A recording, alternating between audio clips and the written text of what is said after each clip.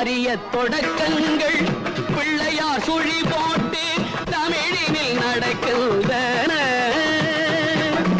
எந்த கோவிலிலும் உன்னை காணலாம், 6 குளங்களிலும் உங்கள் கோவில் தான்.